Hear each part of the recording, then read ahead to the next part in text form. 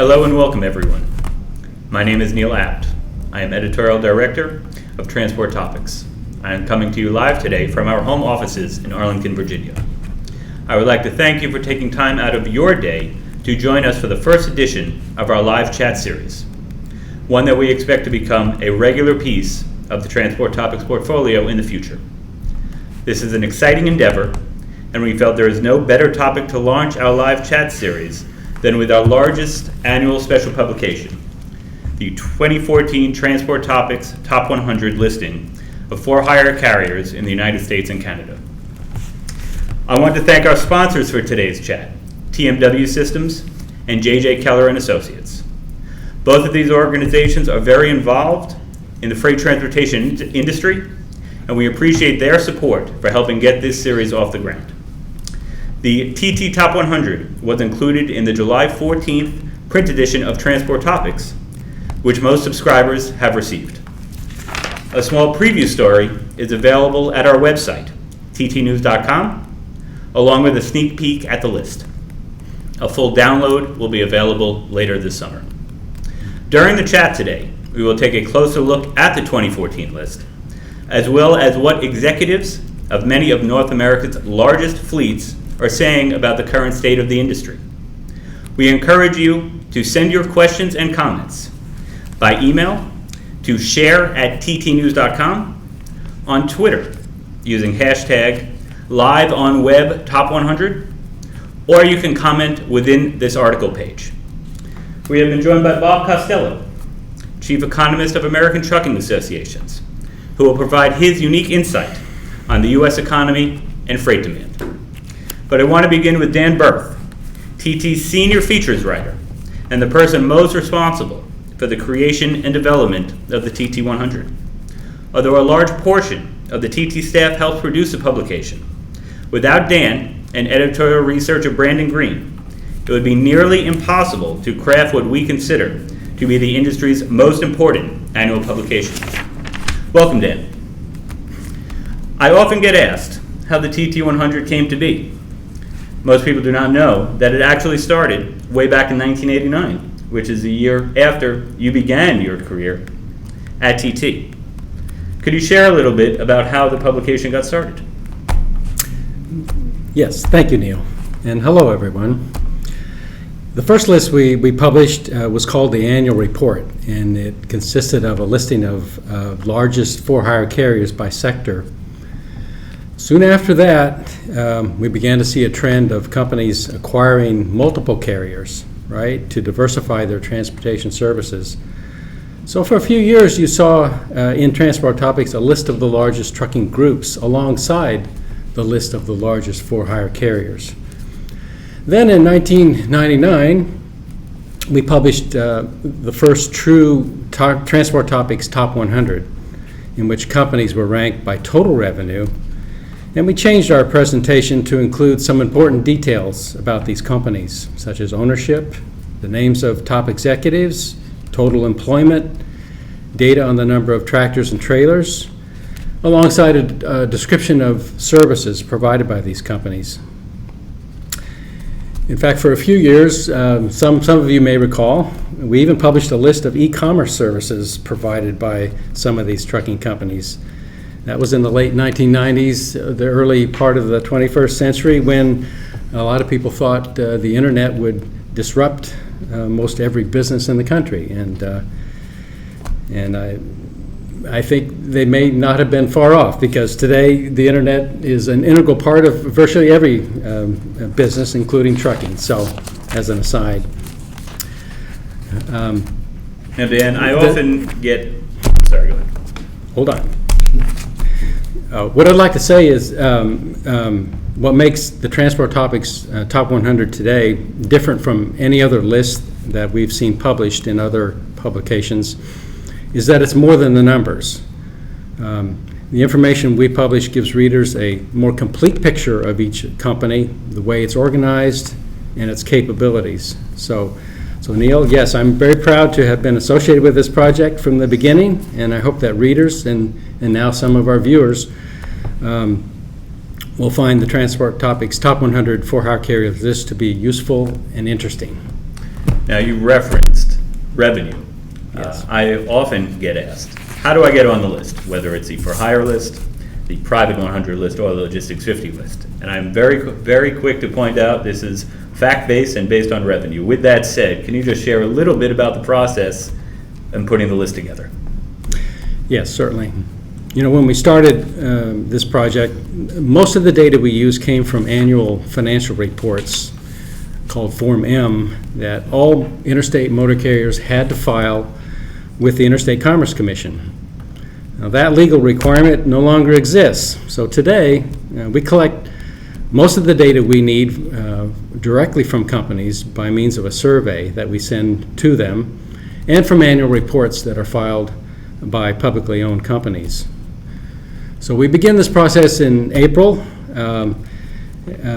and we send surveys out to any company that we're thinking may be eligible for this list. Of course, we invite any company that's interested to being on the list to contact us, and we'll certainly send you the information you'll need. We use this information to compile not only the top 100 list of for-hire carriers, but a list of carriers by sector. And in addition to getting information about revenue, we ask carriers to tell us about their future equipment purchasing plans. We ask about their fuel use, which helps us track the adoption of alternative fuels, for example, and their use of technology and a few other things. So one other point, Neil, is that throughout this process, we've made a concerted effort to include Canadian companies in our survey, and they are an important part of our list. I think this year a total of 13 companies are on the top 100 are based in Canada. And in the future, in the near future, I hope, we'd like to expand the list to include companies operating in Mexico. So, something to keep in mind. It should come as no surprise to our readers that, once again, UPS Inc. tops the list with 2013 revenues of $55.4 billion company-wide. FedEx is number 2 on the list. JB Hunt Transport Services is number 3. Conway Inc. is number 4 for a second straight year. YRC Worldwide is number 5. Swift Transportation is 6. Schneider is 7. Hub Group is number 8. Transforce Inc. is number 9. Landstar System is number 10. The next 5 companies taken to number 15 are Ryder Supply Chain Solutions, Old Dominion Freight Line, ArcBest Corp., which until recently was known as Arkansas Best, Werner Enterprises, and Server Inc. is number 15. Not all that much changed on the top of the list, with the exception of one company, which is Hub Group, which I mentioned is ranked number 8 this year. Last year it was ranked on our list at number 69. The reason being with a change that we are calculating all of Hub's revenues this year. Dan, can you speak to that, please? Yes, Hub Group is an interesting case for us.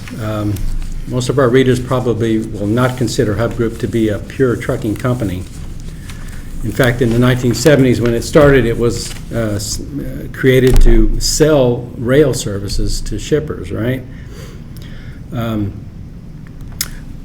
But over the years, they have increased their involvement in trucking. They have a large drayage business, and last year, when we compiled the top 100, we counted just the revenue for their drayage business, which at that time was called Contract Logistics, which they've since renamed Hub Group Trucking, right?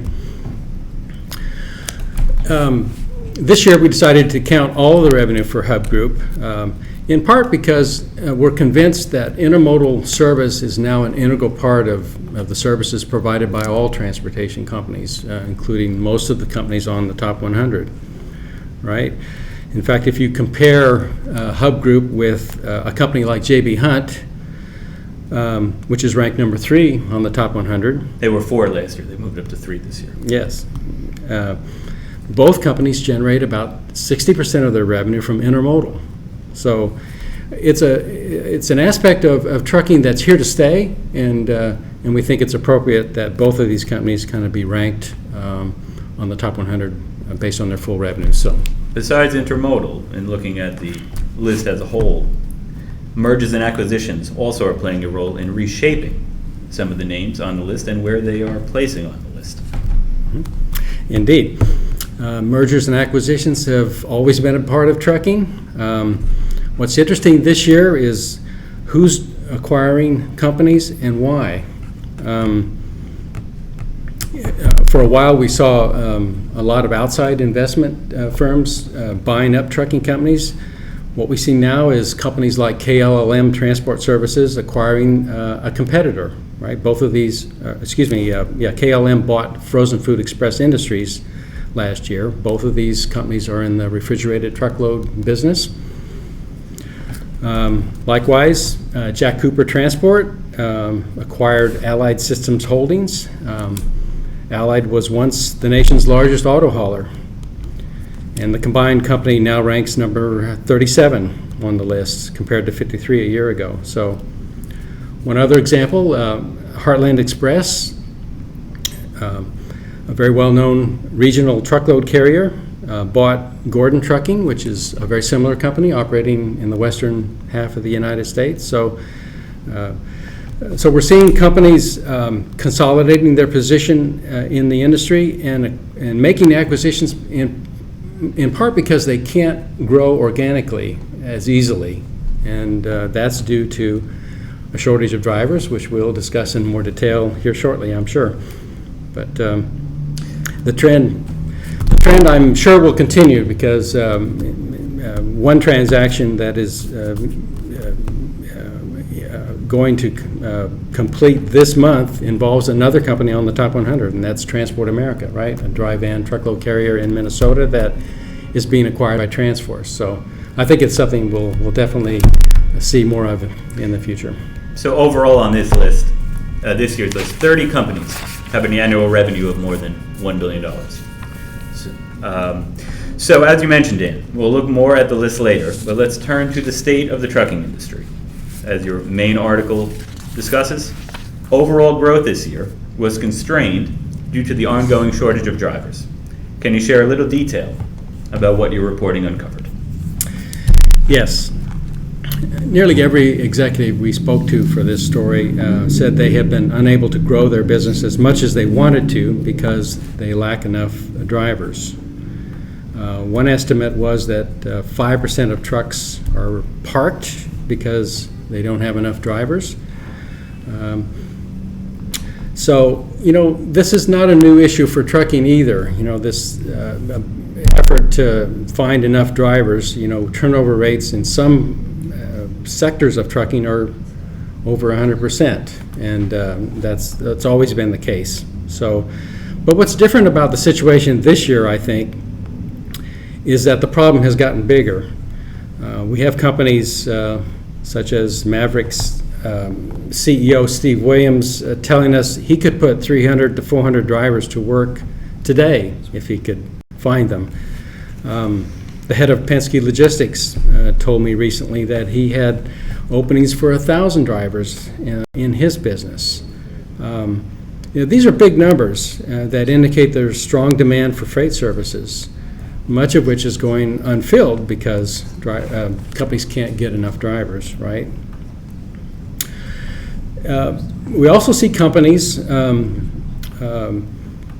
like YRC Worldwide, for example, that historically have not had to recruit a lot of drivers because they didn't have a lot of turnover, for one thing. This is in the LTL sector of trucking. They are now having to actively recruit drivers. Some of these companies have set up training facilities. James Welch, who is the CEO at YRC, is quoted as saying it's kind of a sea change event for us. So I think this is something we're going to see that all companies are going to have to deal with, not just truckload carriers where the problem has been the most severe in the past. So another aspect I think that is new for many companies is that they're getting plenty of applicants for drivers, but fewer of these people are passing the the minimum qualifications for drivers, right? They can't pass the background checks or the drug tests.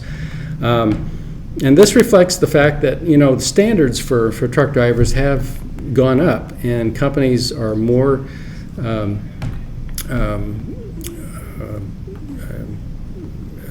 they're focusing on their CSA, their safety scores. This is something that has become a very important measure of their safety requirements. So they're being careful about who they hire, more selective, and this is making it more difficult for them to find drivers, right? So this might be a good time to bring Bob Costello back in. Bob, thank you for joining us today. I appreciate you taking part in our first chat. Obviously, the driver shortage, something that you look at very closely, along with all sorts of economic and trucking indicators. I'm wondering if you can comment some of the things that Dan has mentioned. These are some of the comments you hear from the fleets that you speak with. Absolutely, but before I do that, congratulations to you both on a great publication. This is a product that I keep on my desk every year when it comes out, so I always reference the list, and you did a great job once again this year. Thank you. In terms of the driver shortage, absolutely. I'm hearing over and over from fleets that they can't, just what you said, Dan, they can't grow their fleet because they can't find drivers. Let me put some numbers around this. So last year in 2013, small truckload carriers, and we go out every month, I should give a little background on this. Every month we go out to our membership, and the for-hire fleets, not the private fleets, both LTL and truckload, and we ask them a whole bunch of questions. And one of the questions we ask is, how many trucks did you buy or lease? How many did you dispose of, right? You sold it to somebody or just got rid of it. What did you do with your independent contractors? And then we can get a net change to the fleet. And last year, and then we look at that between large and small truckload carriers. And the threshold there is 30 million in annual revenues, okay? So it's very similar to the SBA, the Small Business Administration definition. Last year, we saw small truckload carriers increase their fleet size by a little over 2%. But we saw large truckload carriers decrease it by 0.5%. This year, year to date through May, compared to the same period last year, large truckload carriers down 4.5%. Yikes. Okay? And if you talk to these folks, what they'll tell you is, why do I have, to your point about the number of trucks parked, why do I have 750 trucks in my fleet if I can only consistently seat 700 trucks? So we might as well get rid of them, right? And so we're hearing that over and over. Small truckload carriers are increasing their truck fleet size a little bit this year, a little over, less than last year, a little over 2%. Now, the interesting thing here, though, is there is a shift in the type of capacity at the small truckload carriers. They are having a much more difficult time keeping their independent contractors. If we look at the average age of the fleet, we've seen it, you've reported on it many times, it's coming down, but it's still very high historically. Fairly historically. Yeah. And if there's really a group out there that needs to replace their trucks, it's probably the independent contractors more than anybody else. And larger fleets often have programs to get an independent contractor into a new truck or a newer truck that they might be they used in there for their company drivers and so forth. So what we've seen over the last 2.5 years, the small truckload carriers have reduced their independent contractors by 7%. Small or large truckload carriers are down about 2%. So there's a shift in the type of, yes, the small carriers are increasing, but what we're finding is they're doing it with company drivers. But overall, the industry's flat to down from our surveys, and it all comes back to the driver shortage and folks saying, why do I have 750 trucks if I can only seat 700? I think to pull from Dan's story in his interview with Dave Rush, the CEO of CRSD International, I was a little taken by this. I've been in business 34 years, and I've never seen the driver situation like it is today. Typically, if we have freight, we can expand. We can't grow now because of drivers. For a second year in a row, we are projecting zero growth. I think that underscores what both of you have said thus far. We get a lot of information from a lot of different groups out there. Everyone seems to have an opinion. Everyone agrees the driver shortage is an issue, a growing issue, has been an issue, not going away anytime soon. Where the disagreement comes in might be how large of an issue, how big is the driver shortage? What does your data suggest? You're right, and there are many ways to attack this, but the research I've done, we believe that the driver shortage, well, first of all, let's back up. Where is the driver shortage, okay? And Dan, you mentioned this earlier. LTL fleets are definitely having a more difficult time, no doubt about it, right? And they often turn their dock workers into new drivers. They put them through their own little school, and they become truck drivers and so forth. And they're no doubt having a more difficult time. But it really does, it's just apples and oranges compared to the over-the-road truckload environment. And of course, there's the private fleets out there, which often cherry-pick the best drivers out of the for-hire truckload market. So if you look at this is an over-the-road truckload problem, okay?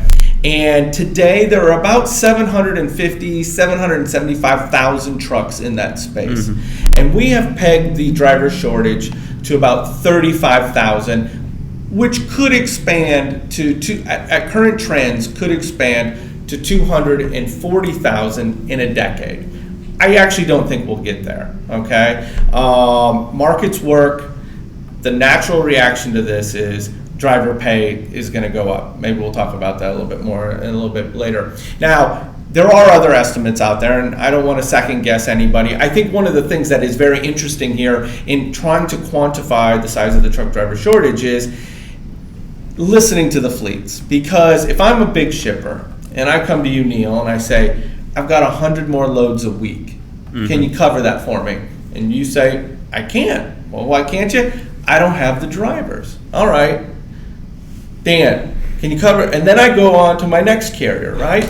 But you both cumulatively, somebody could think, well, we got a shortage of 200 drivers just in that, right? And I'm going to multiple fleets and trying to get that done. So it is difficult. We look at, the number of drivers versus the amount of freight out there and so forth. I do think maybe there's a bunch of, for example, openings. You could have a much bigger openings number, but it's because you're offering the same loads that he might be trying to find drivers for.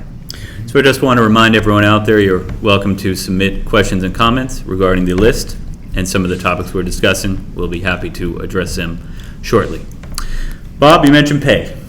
Yep. Driver pay is something that quite often comes up when we talk to fleets, talk to drivers, look at surveys. I know you are in the middle of maybe the final stages of a driver pay compensation study, I believe it is. I guess it would be fair to say that would have to be considered one of the solutions to the driver shortage. Are there others as well? Yeah, clearly, and we are undertaking a large driver compensation study, and we're already finding some very interesting things. Like, for example, the number of companies. It seems like the number of companies offering sign-on bonuses is going up. That's a natural reaction to I can't find enough drivers and so forth. But again, what will happen in this space and over time is, as that shipper comes to you and you don't have enough drivers, Dan, you don't have enough drivers, and you say, well, I'm the shipper, how are we going to get them? Well, one is we got to pay these folks more, and there's no doubt we have to pay these drivers more. They deserve more, and I have yet to find a carrier that doesn't want to do that. It's just when you're operating on profit margins of 5% or less, it's often very difficult. But what will happen is as capacity, which is already tightening up, gets tighter and tighter, we will see a natural increase in driver pay, and it deserves. But it's more than just the rate of pay. One of the things that has been a challenge in the driver pay environment is that drivers are working less, if you will. In our data, we've looked at the average miles per truck per month, right? Mm-hmm. And it has come down from over 10,000 in the truckload market, all types of freight, to less than 8,000, right? So not only, pay has been going up. It's just that you've had this other reaction of, between regulations, changing supply chain, getting the drivers home more often. We've seen the number of trucks per miles per truck per month come down, and that's been a counter to all of this. So if you look at how much an over-the-road truckload driver makes today, it's about 49,000. But if we went back and we tracked it since 2000, there are a couple thousand less than if it had just gone up with the rate of inflation. Now, Dan, circling back to you, some of your reporting for the TT100 dealt with driver pay, some of the different compensation methods that some analysts, consultants, and even some companies have suggested. In addition, I know beyond the pay issue, you looked at some recruiting methods, some training methods, some of the investments that are going on to attract and retain the right drivers. Maybe you could speak a little to that. Yeah, what I thought was interesting was some companies that are accustomed to hiring a lot of drivers, or at least bringing in as many drivers as possible, recruiting en masse so they could try to find the one driver they're really looking for, are kind of rethinking that approach. Instead of looking for the needle in the haystack, we're seeing some companies retain recruiting specialists that might go out and actually actively look for specific drivers with the skills and qualifications that a company needs.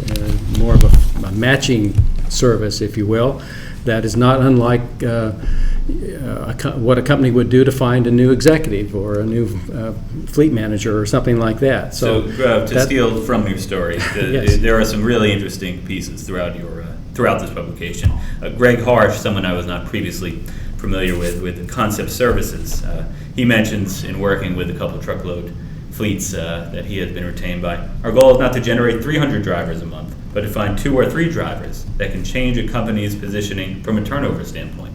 I think that illustrates what you're saying, what a challenge this is for many companies.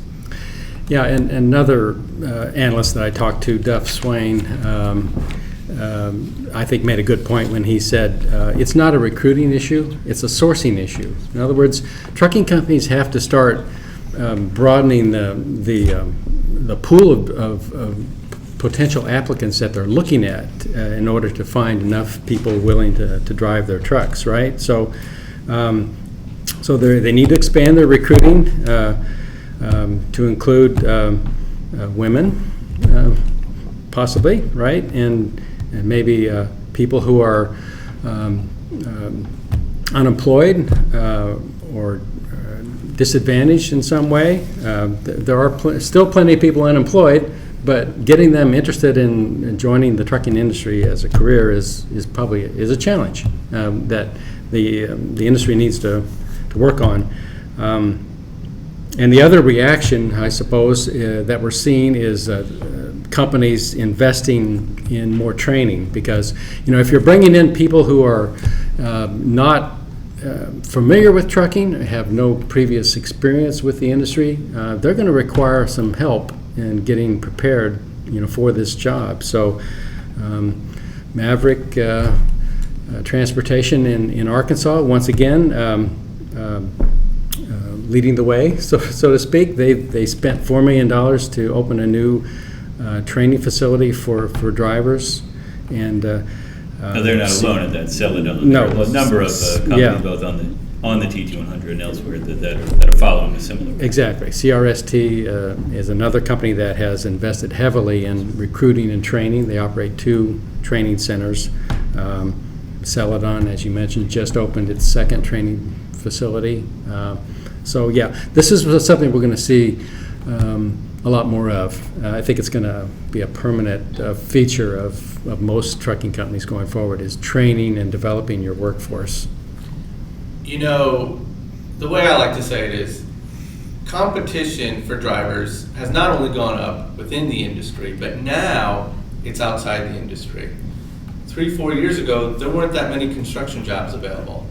Today, we're going to build over 1 million new homes this year, And when you build 1 million new homes, that means the construction industry is going to have to add over 80,000 new employees. Now you have an alternative for a would-be truck driver to go off and have a job that they don't need training, like getting a CDL that costs money. Yes, you get that paid back over time, but you still got to come up with, up front with it.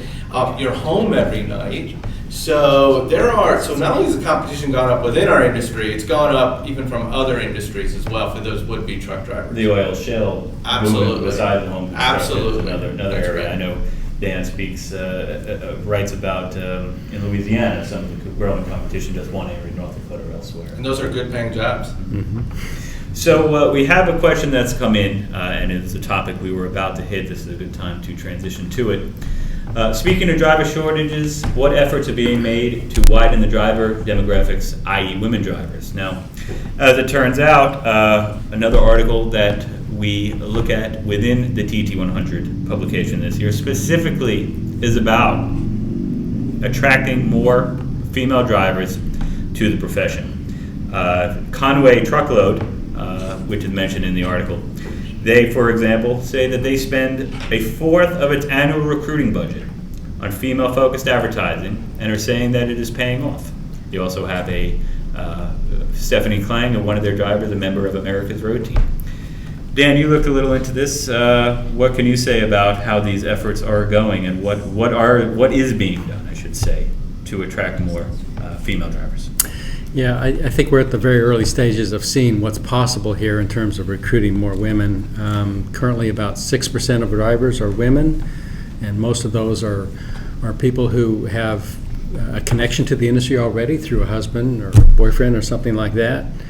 But that number hasn't changed. In fact, it's fallen in recent years. So I think there's a need here to kind of reach out to more people and bring more people into the industry. But to be successful in that, companies are telling us that some things need to be changed, including perhaps the design of the tractor itself to accommodate the physical needs of women behind the wheel. And there are concerns about safety and other operational issues that women are concerned about, and companies need to think about addressing those concerns if they're going to be successful in recruiting more women. But I think it's for sure it's an untapped resource, and the industry probably will do quite well if it puts the effort into it. Do you agree with that, Bob? Yeah, it's certainly an untapped opportunity. I don't care if you're a male or a female. When you become a truck driver, an over-the-road truck driver, it's a lifestyle commitment, right? Fleets are doing a much better job of getting drivers home more often. The average length of haul has come down. There's more regional freight. There's a lot more dedicated freight that really helps getting drivers home more often. But you're still on the road 5-6 days before you get home, and that doesn't, certainly for whether you're a male or a female, that doesn't fit with a family lifestyle that younger people today really want. So there's no silver bullet here for anything. This is also not just a trucking problem. This is a supply chain problem. Shippers have to get involved. The receivers have a part in all of this. These folks need to be treated better. But I do agree with, and I thought that was an excellent article, and I think that's a lot of opportunity there because, again, there are so many female drivers in the industry today. There's so few. We were just talking about home time. Another question that has come in is if the driver shortage is affecting TL carriers a bit more, this creates further expansion opportunities for LTL carriers, which can offer drivers more home time. Yeah, I mean, I guess there is that potential, but it would, and certainly, some truckload fleets do LTL and vice versa. But I think this would take quite a bit of planning and so forth. And at the end of the day, I think that's a lot of it too. They got to get paid more, but then as fleets work, as this problem gets worse and worse, and fleets work with the shippers, and start to figure out the total, to try to get folks home more often, I think that'll go a long way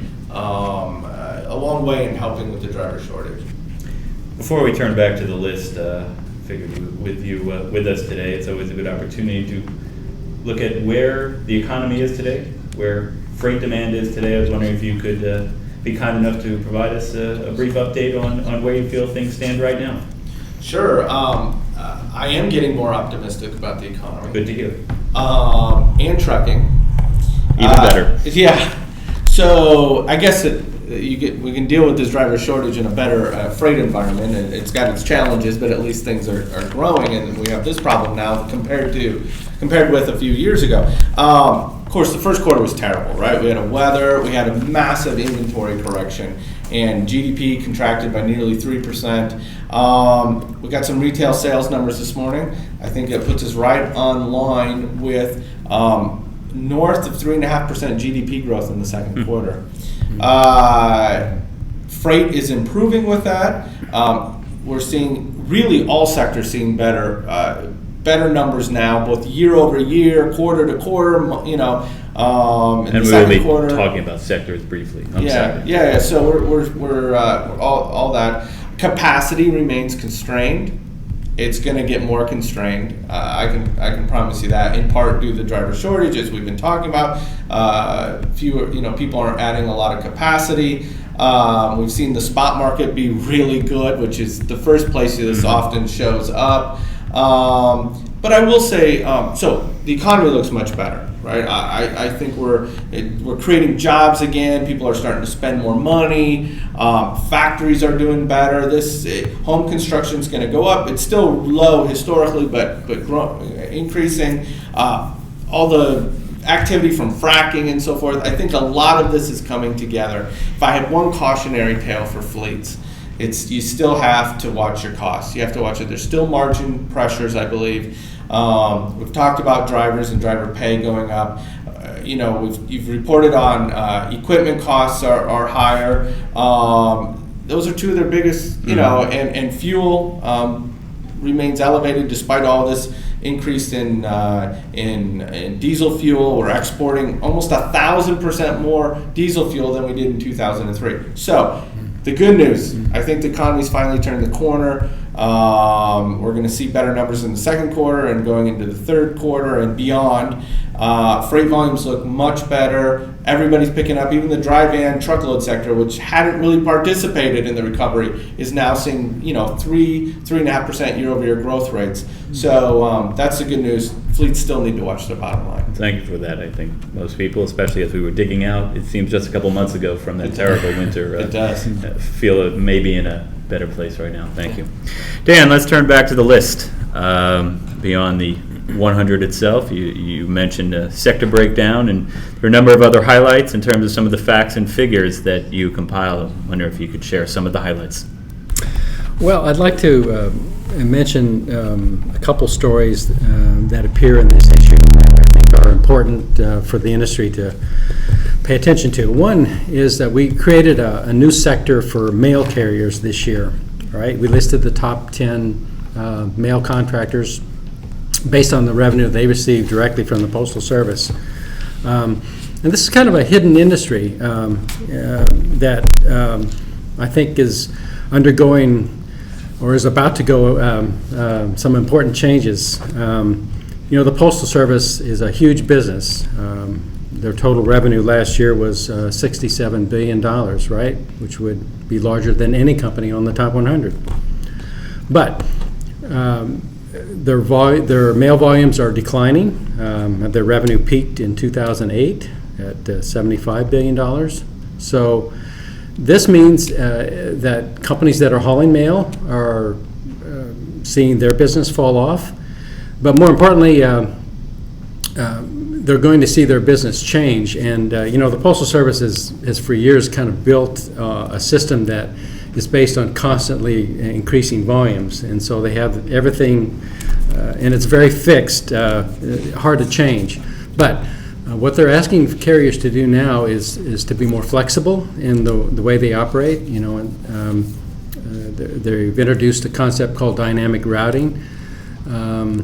They're testing alternative fuel use by these carriers. And I believe we're going to see more outsourcing of services, transportation services, by the Postal Service. So it was interesting to read that in talking to some of the carriers in this sector, they see actually a lot of opportunities for growth.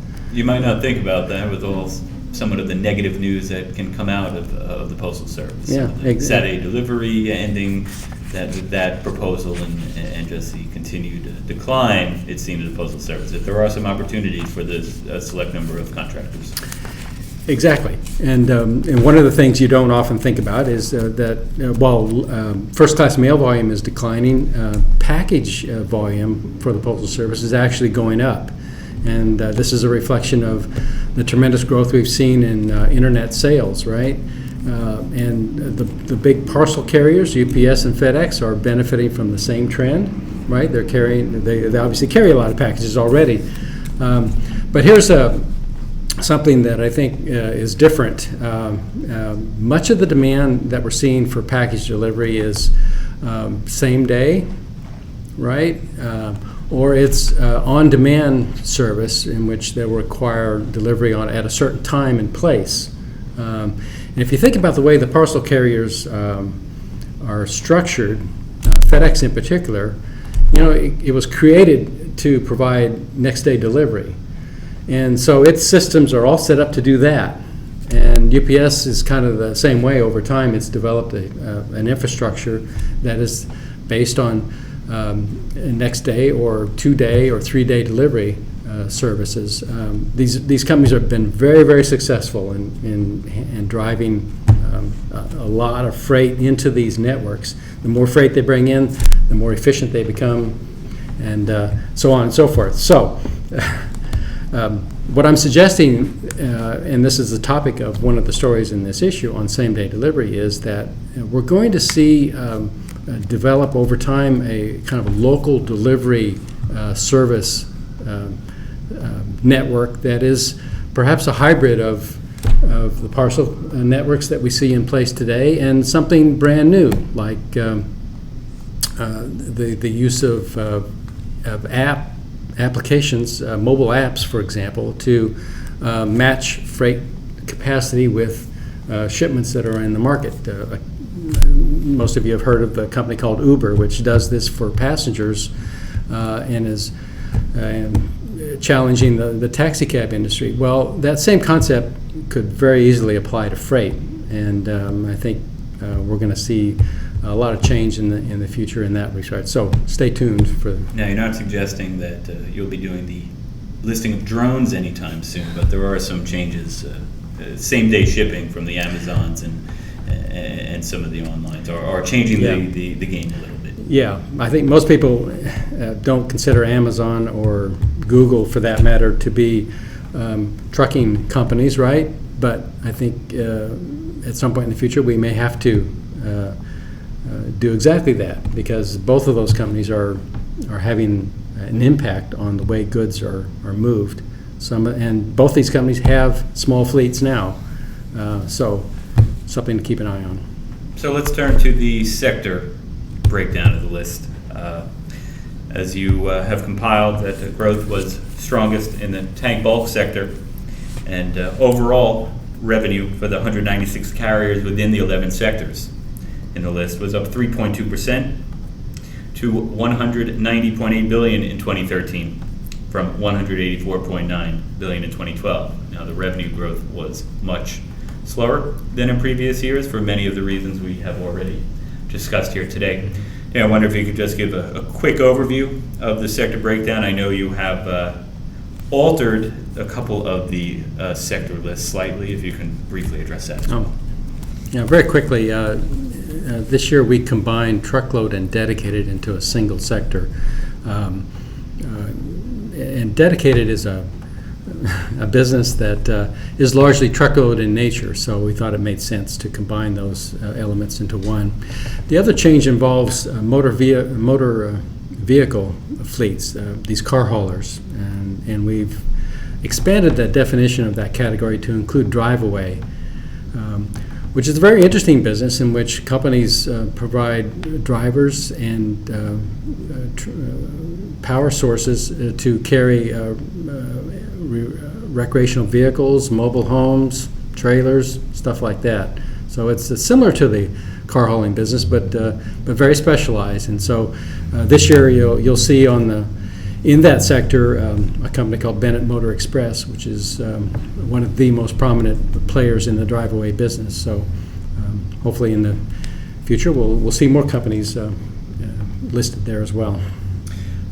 Many of the questions that are coming in, and I thank you for sending them and encourage you to continue sending them in the time we have remaining, continue to address the issue of the driver shortage. So I'm going to change topic and come back to a couple of the questions, either for Dan and or Bob. One, there are more than a few of us out here who believe that the driver shortage is good, not bad for the trucking industry. So, what are the panelists' thoughts? Is there a bright side of the driver shortage? Well, I'm going to take that one first. It is certainly a double-edged sword, right? I mean, it does constrain capacity. There's no doubt about it, right? And the shipper goes, this carrier, that carrier, and they can't haul the freight because they don't have enough drivers, right?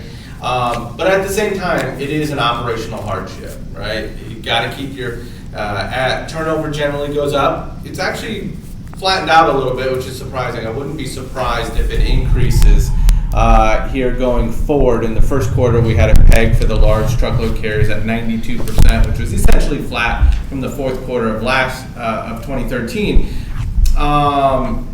But it is an operational hardship, right? And you gotta.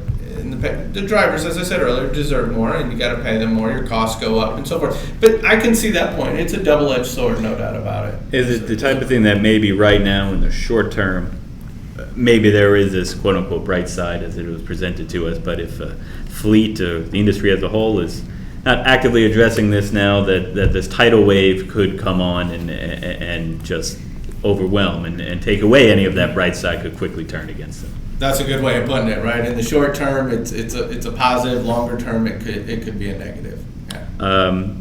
On the shortage issue, another one that has come in from a Mike out there.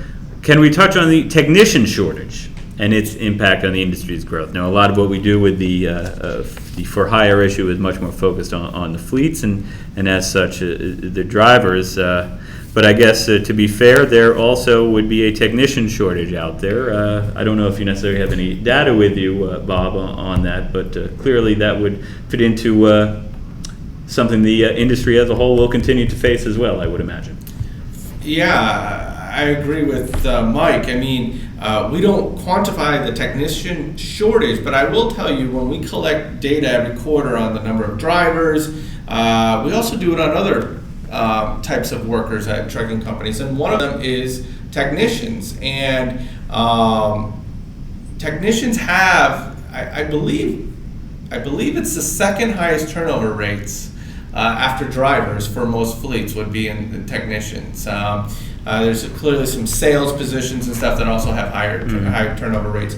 Now, it's not anywhere near drivers, but it is it's up there if potentially number two. So it is. I hear that from fleets a lot too, that they really struggle getting technicians. Obviously, just as we talked about with the driver training, technician training, when it comes to the growing sophistication That's of right. the engines, of the all of the parts of the truck as a whole, would be an issue as well. Well, thank you for the questions. You can continue sending them. We have a few minutes remaining. We may be able to get to another couple.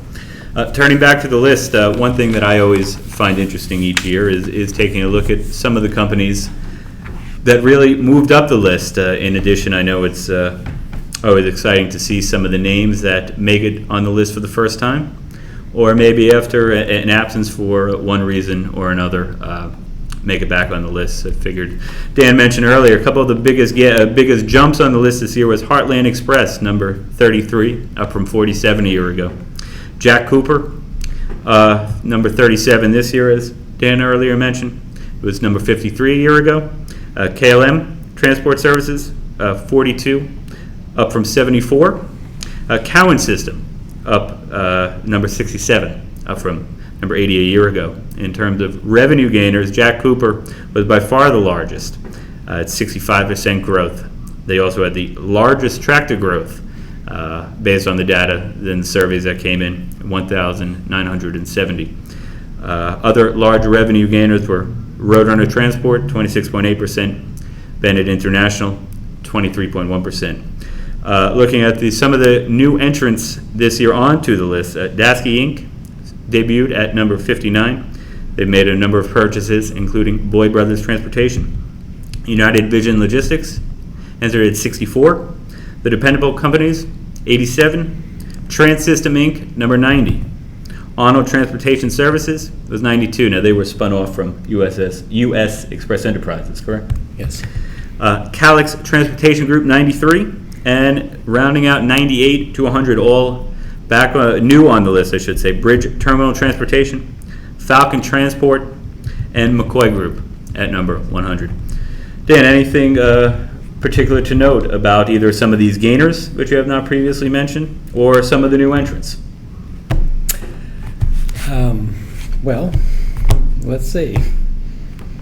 You mentioned earlier that I thought that there were 30 companies on the list this year with revenues over $1 billion. That's interesting to me.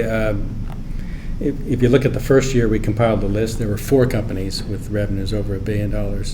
So trucking is becoming, a big business for a lot more companies. We talked about the consolidation trend, so that's going to fuel that increase, I think.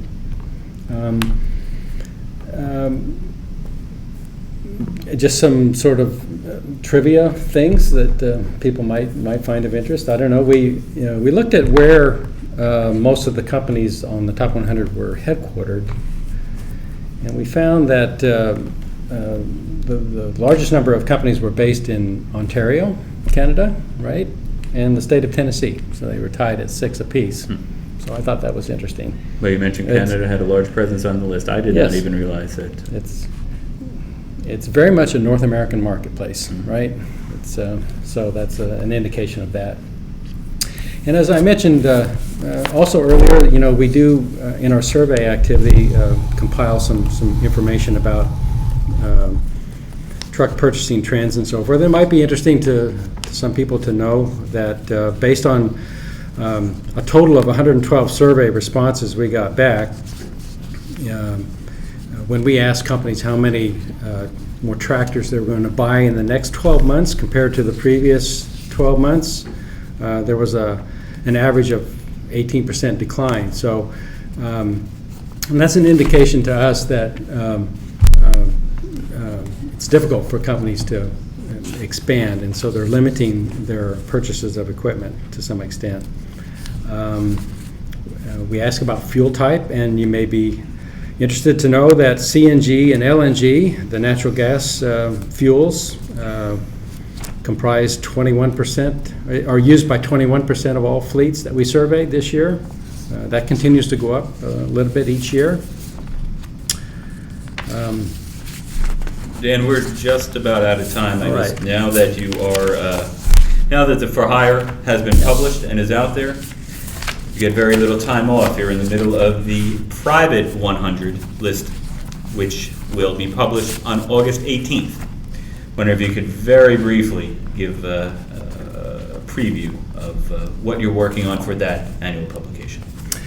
Yes, well, the list of private carriers is different from the For Hire. We rank companies based on the number of tractors that they have in their unit, in their companies. So, but the issues that the private carriers are facing are very similar.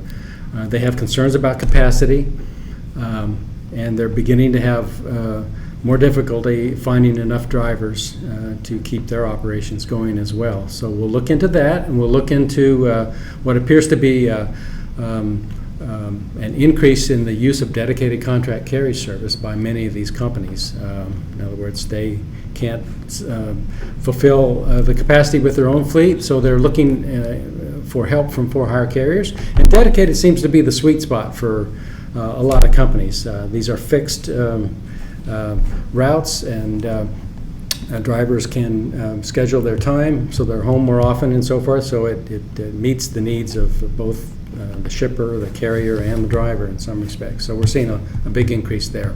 And again, that will be published August 18th, and later this fall we will have the Logistics 50 list published as well. Once again, I want to thank TMW Systems and JJ Keller for sponsoring today's chat. Bob, I would like to thank you for taking the time out of your day to join us. Very interesting comments and appreciate your insight. Pleasure. And we thank everyone out there for joining us, and we look forward to seeing you again on our live chat series. Thank you.